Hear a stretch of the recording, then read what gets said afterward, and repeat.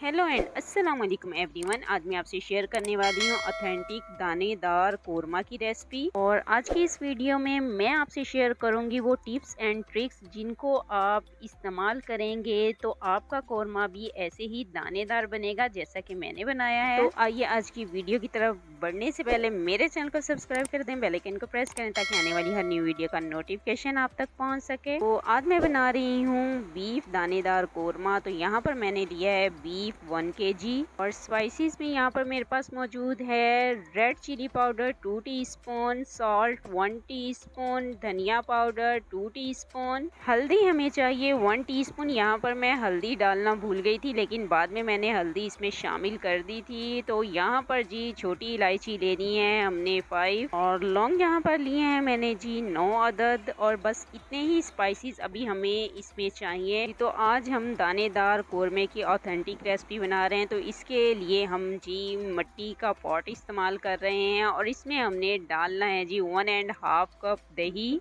दही में हमने स्पाइसेस भी ऐड कर देने हैं। स्पाइसेस ऐड करने के बाद यहाँ पर मैं डाल रही हूँ 2 टीस्पून लहसुन एंड अदरक का पेस्ट। तमाम चीज़ों को हमने अच्छे से मिक्स करना है। मिक्स करने के बाद यहाँ पर अब हमने इसमें गोश्त डालना है।